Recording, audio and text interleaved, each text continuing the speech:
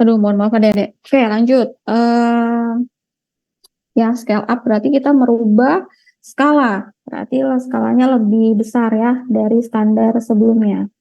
Oke, definisi berarti kan peningkatan ukuran batch ya. Terus ini tuh dilakukan tentunya dengan prosedur untuk melakukan transfer hasil dari skala lab di penelitian, dalam hal ini adalah bagian R&D, ya, akan kita ubah skalanya yang lebih besar ke skala produksi. Tujuannya nantinya untuk dikembangkan, dan selain dikembangkan tujuannya adalah untuk kita memasarkan produk, begitu. Prosedur aplikasi proses tentunya kita harus berpegangan dengan yang namanya standar, yakni ukuran batch, peningkatan volume, dan peningkatan kecepatan keluaran. Ya, peningkatan volume ini hubungannya adalah waktu dan besaran. Siapa ya yang belum di mute ya? Tolong di mute dulu biar tidak mengganggu konsentrasi saya saat menjelaskan. Oke, standarnya apa sih peningkatan ukuran itu? Yang pertama peningkatan volume ya, dari jumlah totalan bahan dan lamanya percampuran atau lamanya saat proses ya. Ntar ya Dek ya, ada mahasiswa lagi. Kenapa? Salam. Siapa? Di mana? Sudah.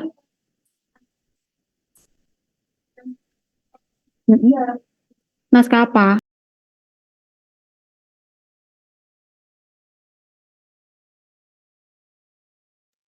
Oke. Ya di situ, taruh aja. Tanggal berapa? Tanggal berapa? Ini tanggalnya masih belum pasti, Bu. Maksudnya belum.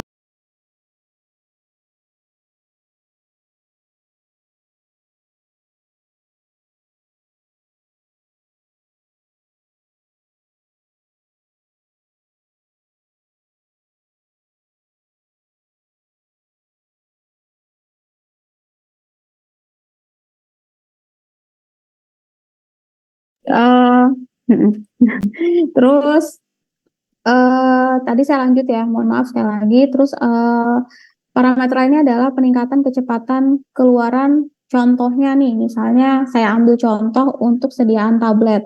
Nah, berarti kita memparameterkan dari pencetakan tablet itu dalam jumlah yang kecil, bagaimana kita merubahnya ke skala yang lebih besar, artinya frekuensi pencetakan tablet itu lebih banyak, begitu ya. Ini adalah gambaran alur dari kegiatan pilot di bagian R&D ya. Tidak hanya R&D, riset, produksi, ataupun bagian khusus. Tolong perhatikan, masih fokus. Mungkin kalau mau yang sambil nge-lab, boleh lah, tapi sesekali lihat layarnya ya. Walaupun juga yang di luar misalnya sambil ngerjain laporan, boleh, tapi sambil perhatikan layar monitor kalian juga. Oke, ini adalah alurnya, alur untuk kegiatan perubahan skala yang berawal dari lab riset ya, itu kita bisa alihkan ke pabrik ataupun lab dalam skala pilot, lalu dilanjutkan untuk skala produksi. Untuk subbagian krusialnya, intinya dari skala lab ya, di setiap prosesnya berpindah ke pilot lab, lanjut ke pilot produksi, dan produksi kecil, lalu siap untuk diproduksi dalam jumlah besar. Berapa sih skalanya untuk setiap perubahan batch ini? Nah, kita masuk ke tahap kunci usulan pengembangan produk dan proses. Tolong perhatikan ya. Tahap pengembangan di sini itu ada empat tahapan ya. Yang pertama itu ada batch lab. Ini seperti kalian di lab waktu RPF gitu loh. Kalian tuh ngerjain itu misalnya 1 kali pembuatan itu kan kalian biasanya 10 ya. Kalau nggak 10 ya minimal 3 gitu kan ya. Nah, kalau di lab itu ukurannya itu sekitar 1 kali ukuran.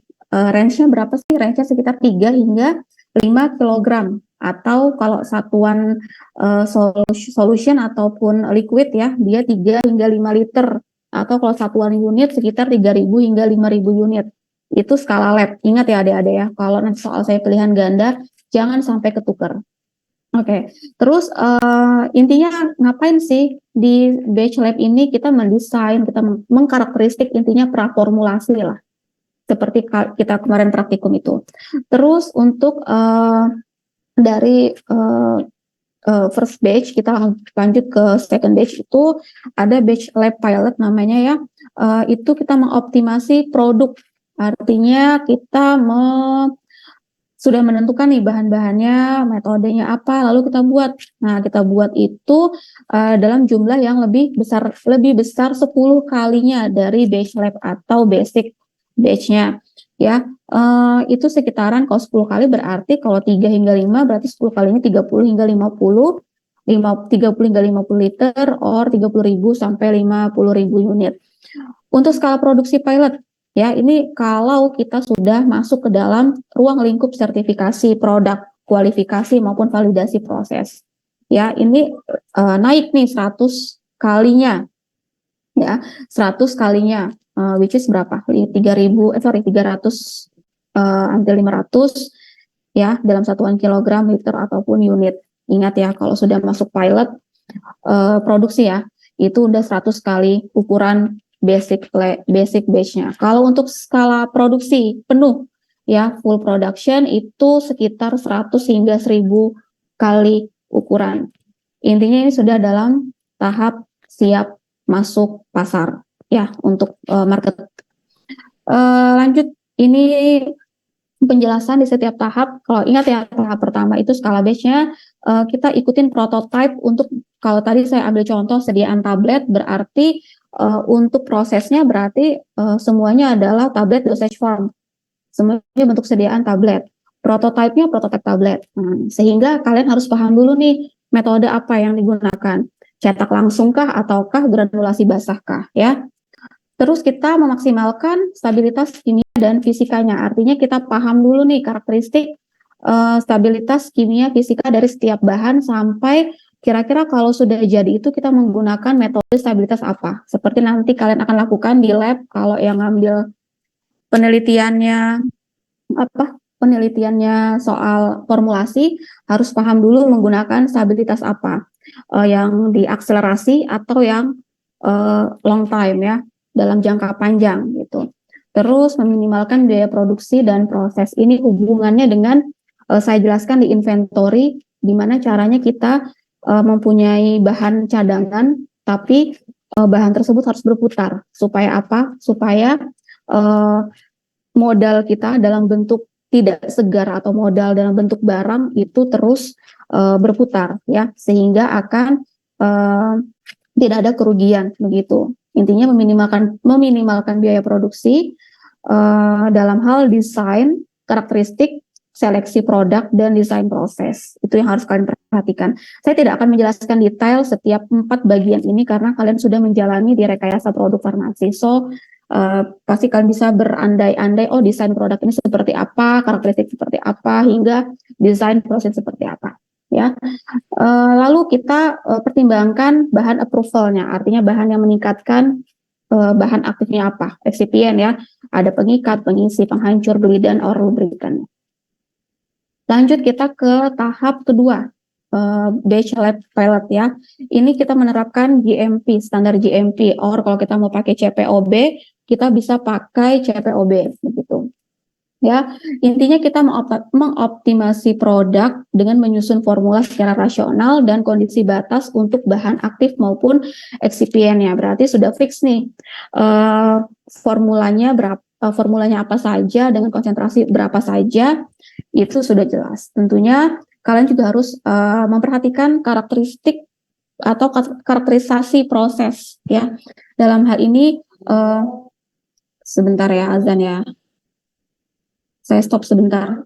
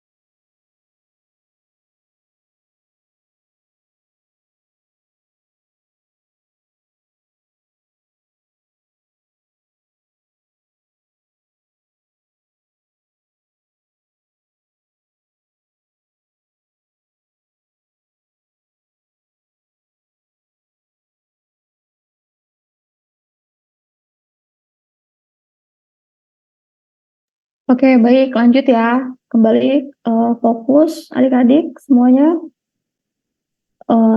Terlalu banyak stop nih ya kita kuliah hari ini, tapi saya usahakan cepat. Kembali ya, fokus adik-adik. Saya masuk ke karakterisasi proses ya, tadi ya.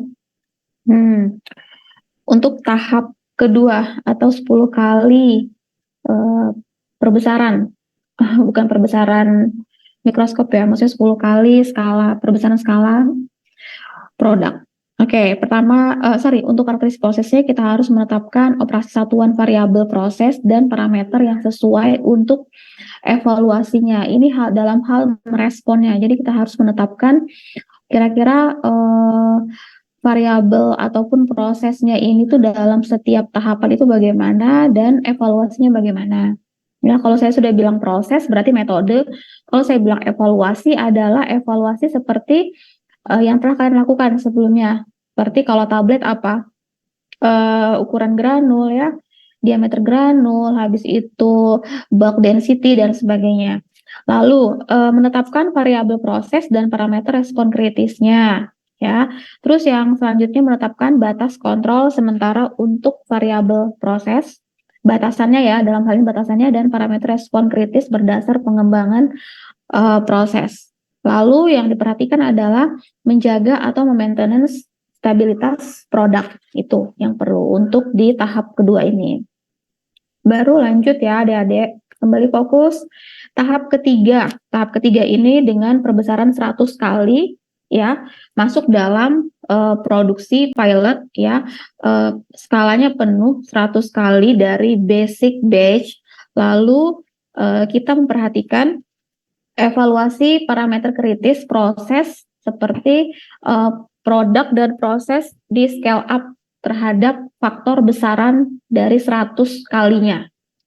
Ya, maksudnya adalah kalian di sini memperhatikan produknya dari tahap kedua menuju tahap ketiga nih kira-kira di tahap kedua itu gimana sih? Baru kalau kita prediksikan ke tahap ketiga ini kira-kira dia bagaimana. Nah, kurang lebih seperti itu. Optimasi prosesnya itu meliputi waktu pengadukan, waktu pengeringan, operasi penggilingan, ya, kecepatan pencetakan, kecepatan enkapsulasinya, dan kecepatan ataupun aliran udara. Itu masuk dalam optimasi proses untuk parameter sediaan tablet. Ingat, tablet. Kalau misalnya scale up-nya dalam bentuk ataupun dosage form, other dosage form seperti sirup, emulsi, ya, ataupun dalam bentuk krim, semi solid. Nah, sesuaikan saja begitu. Kalau misalnya soal saya minta case ya atau kasus, saya minta kalian coba deh, misal contohnya kalian men-scale up-kan untuk dosage form dalam bentuk liquid. Nah, berarti kan ada bayangan nih kira-kira optimasi prosesnya itu apa saja yang menyangkut untuk sediaan liquid ya. Terus masuk ke tahap keempat yang mana ini sudah paling besar, big batch ya, 100 hingga 1000 ya. Yang perlu kalian perhatikan adalah siapkan protokol untuk validasi proses prospektif. Protokolnya apa saja, ini semua ada di CPOB.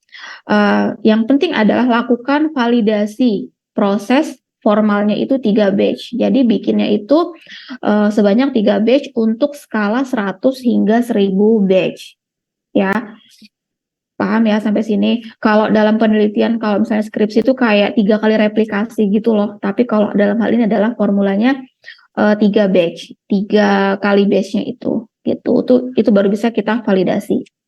Oke, tetapkan bukti reproduksibilitas, mixing ataupun blending, dan pengempaan ataupun operasi enkapsulasinya. Di sini adalah ditekankan bukti kalian sudah melakukan evaluasi seperti distribusi ukuran partikel. Ini ya, kembali lagi, ini terkhusus untuk sediaan tablet. Berarti yang kalian perlihatkan ke QA adalah distribusi ukuran partikel, bobot jenis, ya, kandungan kelembapan, kekerasan, hardness ya, ketebalan, keseragaman, dan lain-lain. Pokoknya tentang evaluasi sediaan tablet dari awal granul sampai sediaan tablet itu jadi. Tuh. sesuaikan. Kalau misalnya case-nya saya minta liquid, berarti liquid. Kalau saya case-nya mintanya krim, berarti sediaan semi solid.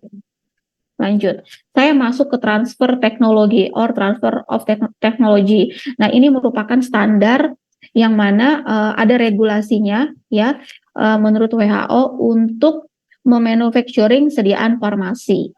Hubungannya tetap dengan scale up gitu. Perhatikan. Oke.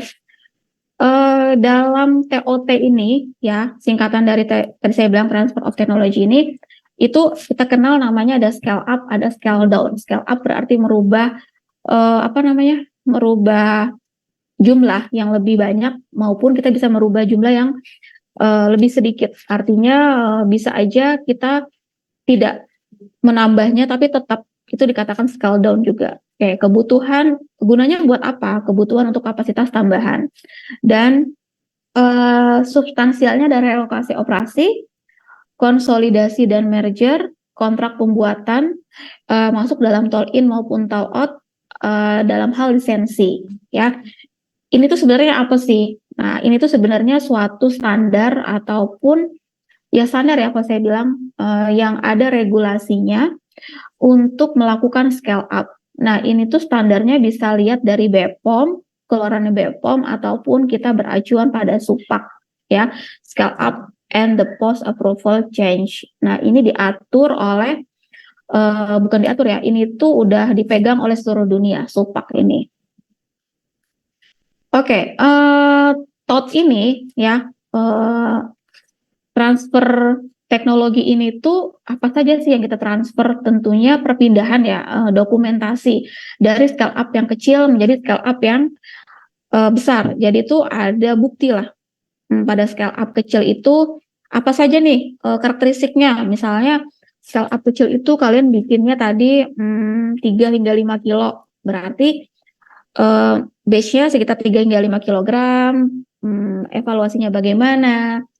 SDM-nya siapa saja membuat, validasinya apa saja, itu semua tertuang dalam dokumentasi di skala kecil. Lalu kita lakukan transfer dokumentasi nih untuk sebagai dasar untuk membuat skala yang lebih besar atau big scale lagi.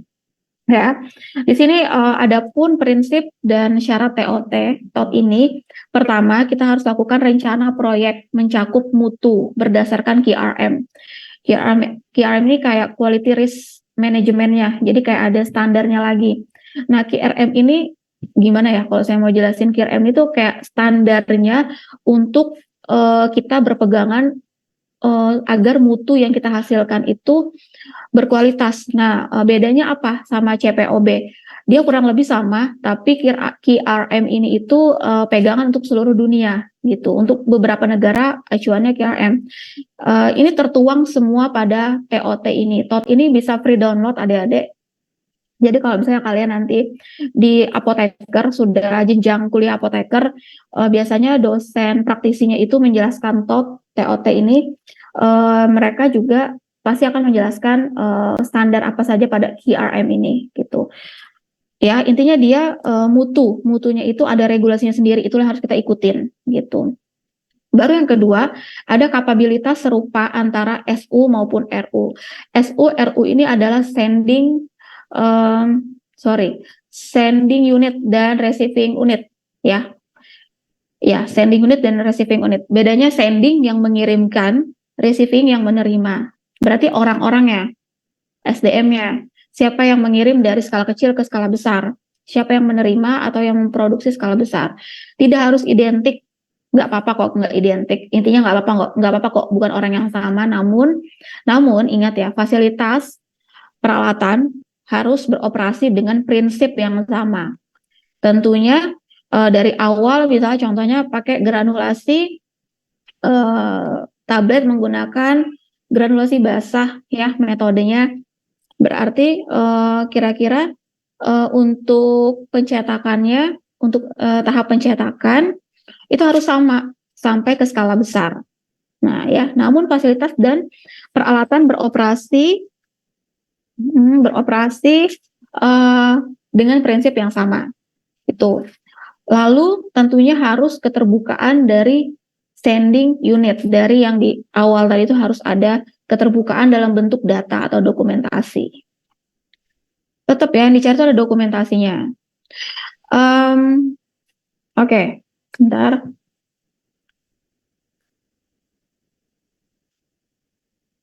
Oke, ini faktor penting ya. Faktor penting untuk kapabilitas proses dan urutan kualifikasi.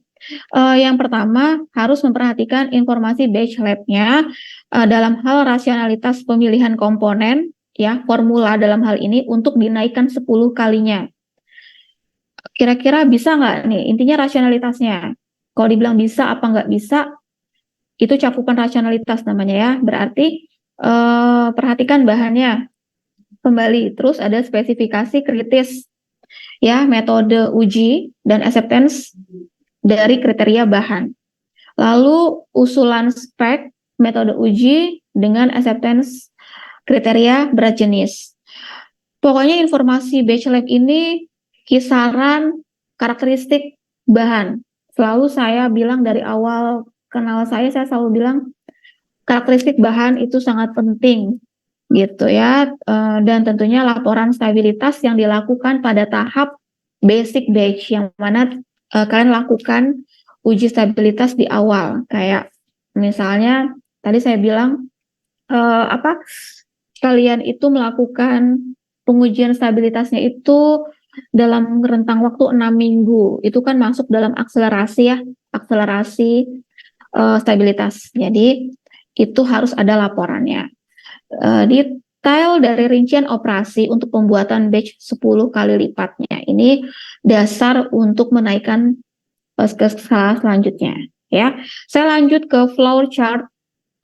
Diagram alir proses itu menunjukkan apa saja urutan semua tahapan proses. Ya, yang pertama dan yang kedua adalah alat ataupun mesin utama yang digunakan. Apa saja alatnya maupun beberapa instrumen yang digunakan, ya. Dan tentunya urutan penambahan ingredient, tahapan masuk ke dalam urutan semua proses. Yang ketiga, ada penggunaan daftar variabel proses, ya. Yang keempat, penggunaan informasi unit. Dan kelima, penetapan parameter proses kritis itu harus jelas, ya, saat optimasi proses. Dan yang keenam, semua studi harus dituangkan dalam bentuk protokol atau SOP, harus jelas. Oke, saya masuk ke diagram atau flow chart dari proses pembuatan tablet secara granulasi basah. So far mungkin kalian sudah paham, sangat paham waktu di RPF 1. Jadi ini hanya menilik ulang apa saja prosesnya dari apa bahasanya ya, praformulasi ya. Kalian harus tahu dulu bahan aktifnya apa. Contohnya misal kalian mau bahan aktif paracetamol ataupun mungkin natrium diklofenak maybe. Nah, itu kalian harus tahu dulu karakteristik bahan aktifnya bagaimana, larutnya dengan apa saja, dan bahan tambahan fillernya itu apa saja. Dimasukkan ke dalam drum or big tank ya di industri itu. Dan tentunya kalian harus tahu nih, kira-kira dia ini dicampurkan pertama kali sama bahan apa saja gitu. Ya, baru ada pre-blend powder. Pre-blend powder ini bahan untuk apa bahasanya ya? Kalau di tablet itu ada fase dalam dan fase luar ya. Kalau fase dalam itu masuk dalam pre-blend powder untuk proses menuju granulated blend atau proses granulasinya. Ya, itu masuk dalam fase pada kotak 1, 2, 3. Nah, ini fase-fasenya ya, prosesnya. Baru untuk dry granulation, untuk sudah digranulasi basah, lalu kita keringkan, masuk ke dalam, kalau kalian kemarin pakai oven ya, kalau ini menggunakan food bed dryer, baru dievaluasi granulasinya, granul-granul dievaluasi, lalu masuk ke lubrikan atau fase luarnya apa saja, dimasukkan ke dalam big tank lagi dan siap untuk dikompres atau dicetak tabletnya. Gitu. Ini salah satu gambaran dari pembuatan tablet. Untuk variabel prosesnya apa saja sih yang mencakup di dalamnya? Oke, dari grafik ini saya masuk ke tabel ini ya, parameter proses atribut mutu untuk pre-blending hingga coating ya. Pre-blending itu parameter prosesnya ada loading, mix time-nya, ada speed mix ya. Atribut mutunya apa? Intinya adalah keseragaman kadar. Untuk granulasi, apa saja parameternya? Ada loading, lama granulasi, timing ya, speed impel, chopper, lalu jumlah cairan dan laju penambahan cairan tersebut gitu. Itu atribut mutunya ada titik akhir granulasi. Masuk ke pengeringan granul atau pengovenan, kalau di lab namanya ya, pengovenan itu parameternya ada loading, lama pengeringan, suhu inlet, dan airflow. Atributnya apa? Parameter khusus, parameter kalau di ini ya, kalau di apa laporan kalian tuh, kalau kalian bikin laporan di praktikum namanya master formula di MF itu namanya ya, ada namanya parameter ya, bahasanya itu ada kadar air sama bulk density-nya itu berapa, itu diukur. Baru ada pengayakan granul, parameternya ada speed feeding, speed mill, dan ukuran ayakan. Masuk ke blending, kurang lebih loading juga, masuk blending itu ada loading, lama dan speed mixing, pencetakan hingga ke coating. Kalian bisa lihat kan sama ilmu yang kalian dapat sebelumnya tentang tablet. Sama nggak nih kira-kira? Pasti sama. Cuman bedanya mainnya di skala aja ya. Saya lanjut ke tujuan ya. Saya lanjut ke konsep kelompok atau bilangan tidak berdimensi. Ingat konsep kelompok untuk proses scale up ya. Kira-kira bagaimana sih? Nah, saya andaikan ini seperti pemanggangan ayam ya, ayam panggang. Bagaimana hubungan antara ukuran ayam panggang dengan waktu pemanggangan? Kira-kira sama nggak saya memanggang ayam seperempatnya saja dengan saya memanggang ayam dengan 1 ekor? Untuk tentunya berbeda ya waktunya. Terus masuk ke ini dulu ya, pengantar dulu ya. Oke. Pengertian dimensi itu merupakan deskripsi kualitatif ya, maupun segala sesuatu yang terukur. Dimensi dasarnya apa saja? Yang pertama ada kuantitas yang dapat digabung untuk menyatakan berbagai ukuran yang lain. Itu dimasukkan dalam dimensi turunan ya. Oke, contohnya apa? Dimensi panjang itu kita bisa ukur dari tinggi, lebar, panjang maupun kedalaman.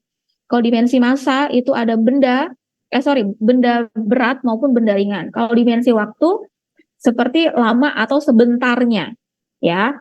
Contohnya kita bisa masukkan dalam suatu rumus kecepatan dilambangkan dalam simbol V atau V, dimensi turunan ya, ini dimensi turunan, kalaupun dimensi dasarnya dalam perhitungan panjang per waktu. Nah, itu bagaimana hubungan dimensi dasar dengan dimensi turunan? Nah, dimensi dasar, ini dasar ya, untuk mencari dimensi turunan ya, artinya adalah scale yang akan kita tambahkan ya. Lalu ini adalah hubungan dimensi dasar ke dimensi turunan. Dua macam, saya kasih tahu dulu ya, dua macam dimensi dasar ini ada sistem MLT, sistem FMLT. Nah, kalau kita jabarkan ini tuh kayak singkatan ya, MLTT dan FMLTT.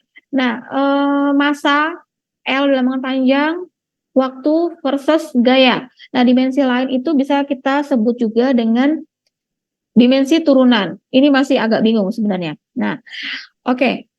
Maksudnya agak membingungkan kalau kita tidak lihat ke belakangnya dulu ya. Nah, satuannya tetap kita menggunakan satuan seperti meter, kilogram, maupun second ya. Kalau dalam bentuk Britishnya kita bisa pakai foot, feet, pounds, pound, forge, maupun inci. Contohnya, kita mau menghitung dimensi kecepatan Ya, ini dasar kayak tadi ya, rumusnya ini. Saya nggak akan nanti kalau di ujian saya nggak akan keluarkan perhitungan untuk scale dimensi. Cuman ini untuk kayak ilmu kalian mengetahui dulu ya, bagaimana cara memperhitungkannya gitu. Oke, untuk viskositasnya, ya kalian bisa menggunakan rumus gram per sentimeter. Contoh lainnya kita bisa untuk menghitung densitas, ya, ataupun diameter tangki dan konsentrasi bahan. Oke, tadi itu kan ruang lingkupnya dimensi. Kalau ini adalah kelompok yang tidak berdimensi. Nah, dikatakan kelompok yang tidak berdimensi itu adalah sekelompok dimensi yang jika digabungkan, berarti gabungan dari dimensi, dikatakan kelompok berdimensi. Ya, biasanya kelompok tidak berdimensi itu spesifik untuk suatu fenomena tertentu. Ya, suatu perilaku fenomena dapat dinyatakan sebagai fungsi dari kelompok-kelompok yang tidak berdimensi. Artinya adalah bisa dinamakan sesuai dengan nama orang yang pertama kali mempublikasikannya. Contoh, ya, misalnya yang menemukan pertama ada Newton dalam bentuk apa namanya, penemunya Newton gitu kan, berarti Newton numbernya bisa dirumuskan seperti yang kalian lihat di gambar ini. Jika misalnya penemunya adalah Frode, I don't know how to say ya, Frode sepertinya. Untuk powder blending itu bisa kita rumuskan sesuai namanya. Nah, kalau penemunya Reynolds ya Reynolds number. Oke, beberapa spesifiknya untuk dari Newton, Freud maupun Reynolds ini dia itu menggambarkan dari apa bahasanya, spesifik evaluasi yang akan dilakukan. Nah, misalnya kalau Newton ini hubungannya dengan ukuran partikel, laju alir ya. Kalau yang untuk Freud ini lebih ke apa ini, interplay mekanisme antar sentrifugal, compaction zone-nya bagaimana. Compact zone tahu ya, hubungannya sama bulk density ya. Kalau untuk Reynolds ini adalah untuk viscosnya gitu. Terus saya masuk ke kelompok tak berdimensi, itu bisa menggunakan rumus yang bisa kalian lihat ya untuk golongan atau kelompok yang tidak berdimensi. Ini lanjutannya. Ini tuh bisa kalian pakai nantinya kalau kalian untuk menghitung yang tadi saya bilang ya, perubahan skala yang tidak berdimensi. Mau kembali lagi kalau kayak tadi Reynolds, kalian mau menghitung gaya sentrifugalnya, ya, compaction zone-nya bisa pakai Freud number, ya. Berarti rumusnya seperti ini. Sesuaikan saja dengan evaluasinya data-data yang kalian dapat. Oke, saya langsung masuk sini aja ya. Proses pemanggangan ayam tadi itu ada step-stepnya. Yang pertama yang harus perhatikan adalah identifikasi proses. Yang pertama, ya, buat dulu daftar parameter fisik yang paling spesifik ataupun yang mempengaruhi.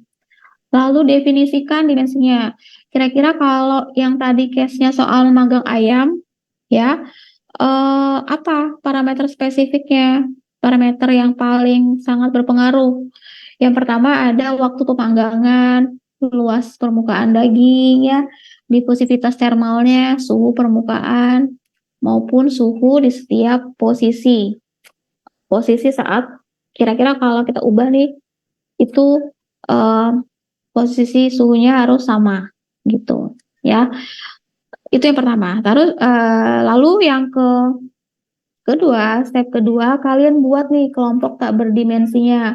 Kelompok pertama maupun kelompok kedua. Kelompok pertama kalian bisa lambangkan dengan V1 dan V2 ya.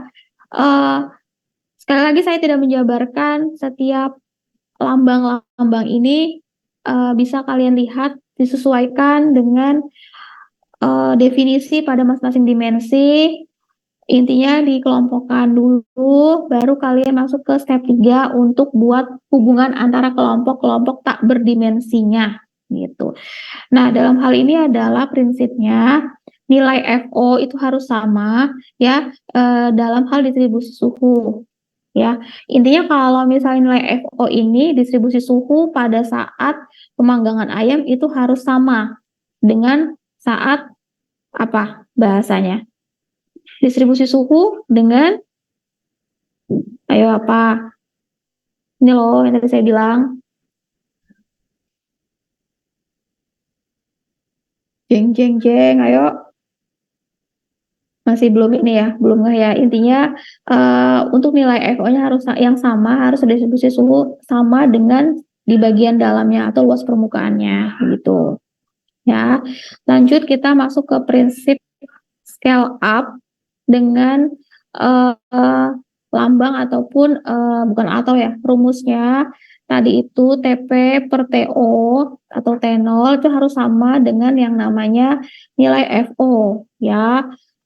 Sekali lagi-lagi saya bilang ini merupakan variabel untuk kita menghitung scale up penambahannya. Tuh.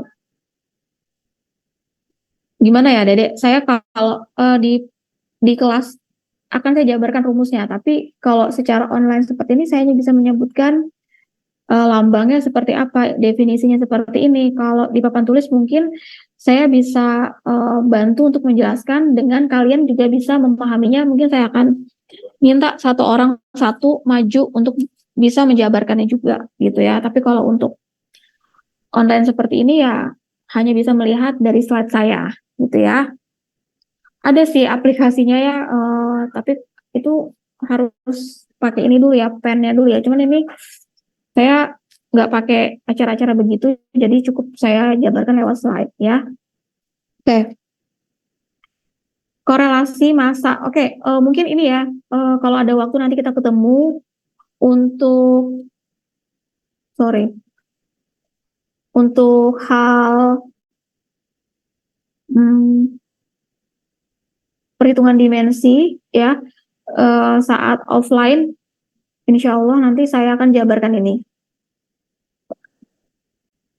Hubungannya apa sih? Apa sih hubungan antara kita menghitung yang berdimensi maupun tidak berdimensi? Hubungannya apa sama scale up? Itu gunanya buat apa? Nanti akan saya jelaskan tambahan ya. Oke.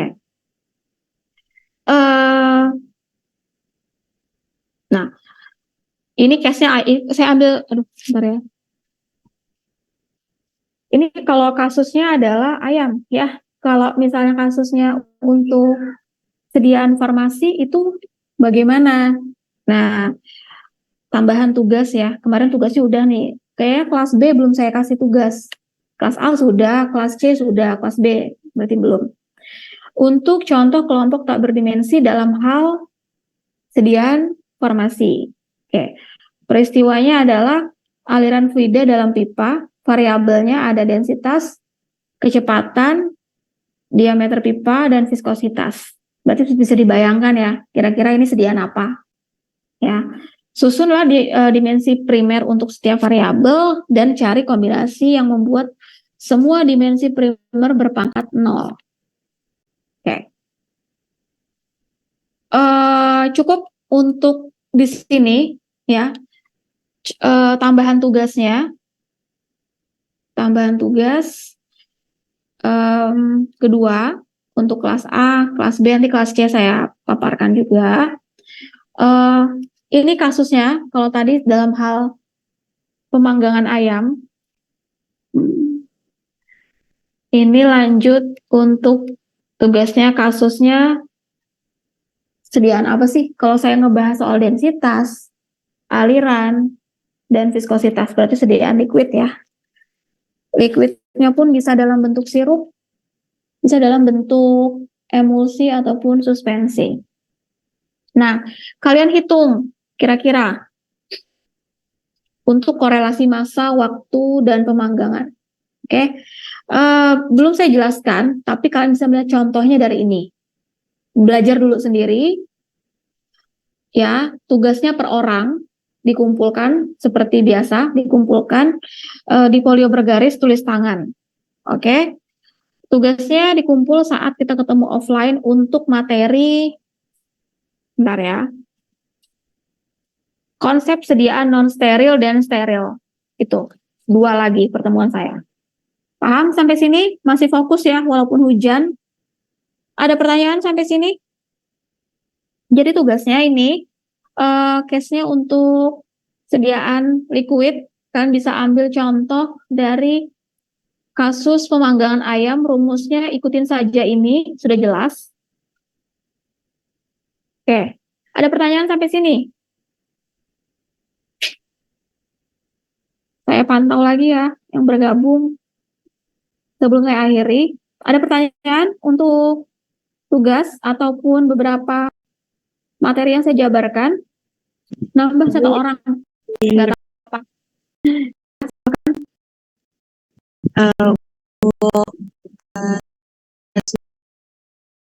Dijadikan dimasukkan dalam satu folio gitu ya, atau dibedakan folio? Oh, sama yang tugas kemarin ya? Ya, Bu. Maksudnya apa nih, Dima? Sama yang tugas kemarin? Nah, kan Ibu katanya tambahan di tugasnya, berarti itu dijadikan folio atau dibedakan folionya ya, Bu? Oh iya, sama tugas kemarin kan maksudnya kan? Ya, Bu. Bedain. Tugas pertama itu yang kemarin saya minta itu, terus yang tugas kedua yang ini. Baik, Bu. Oke, untuk kelas B, perhatikan ya kelas B. Bentar ya. Untuk kelas B belum saya kasih tugas, tapi saya sudah janji mau kasih tugas. Ya. Tugasnya kelas B udah tahu belum? Udah saya kasih tahu belum kelas B? Siapa yang masih ingat saya ada pernah kasih tugas di kelas B belum? Halo, masih fokus nggak nih? Nggak ada yang jawab, tapi partisipannya masih naik. Nggak tahu tadi kemana aja. Yang cuma 98 orang naik jadi 102. Tapi saya cek terus nih siapa yang baru masuk. Oke, kelas B. Arden.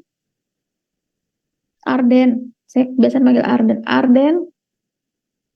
Mana Arden? Atau siapa deh perwakilan kelas B? Halo. Izin menjawab, Ibu. Belum pernah dikasih tugas, Bu. Oke, tugasnya ya, untuk kelas B, nanti gabung ya sama tugas yang kedua, tapi dengan folio yang berbeda. Tugasnya adalah kalian rangkum ya mengenai MRP. MRP dalam perhitungan pengadaan bahan baku. Ya, pertemuan yang kemarin. Yang inventory. Paham sampai sini? Dikumpulkan nanti minggu depan kalau ada waktu kita offline, saya menjelaskan konsep sediaan non-steril dan steril. Itu dikumpulkan saat itu, plus tugas yang kedua. Oke, cukup dari saya. Ada pertanyaan?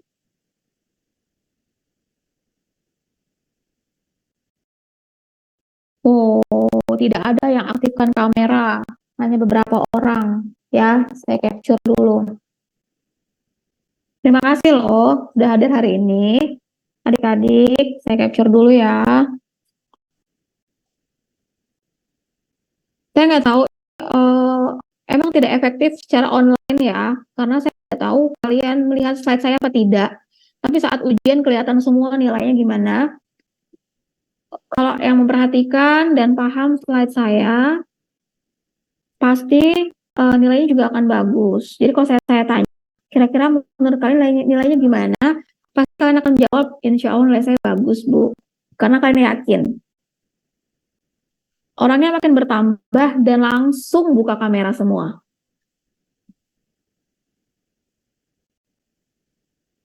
Ya.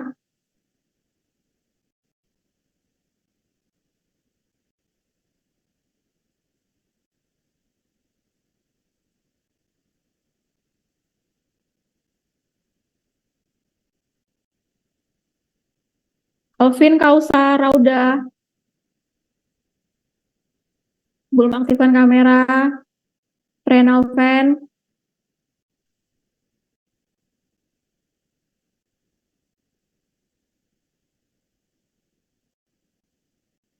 Kamila.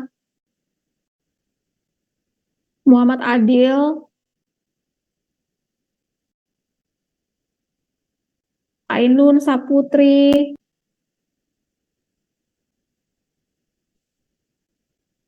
Nur Hidayah. Arum Cahaya tadi udah ya. Oke. Nadia Saadah. Nah, ini akan saya bandingkan sama saya tadi saat pertama join ya. Hanya 80 orang tiba-tiba langsung mendekati akhir, langsung naik ke 100 lebih. Jadi kelihatan siapa yang baru join ya. Oke, dari saya itu saja. Tidak ada pertanyaan. Mungkin masih bisa dipahami karena mungkin masih muda. Sampai ketemu nanti offline minggu depan insya Allah. Untuk ketua kelasnya ataupun PJ yang menghubungi saya minta tolong aturkan waktu untuk minggu depan. Setelah itu saya usahakan selesai. Oke, terima kasih untuk hari ini. Wassalamualaikum warahmatullahi wabarakatuh dan semoga ilmu yang saya berikan berkah untuk kalian. Selamat sore.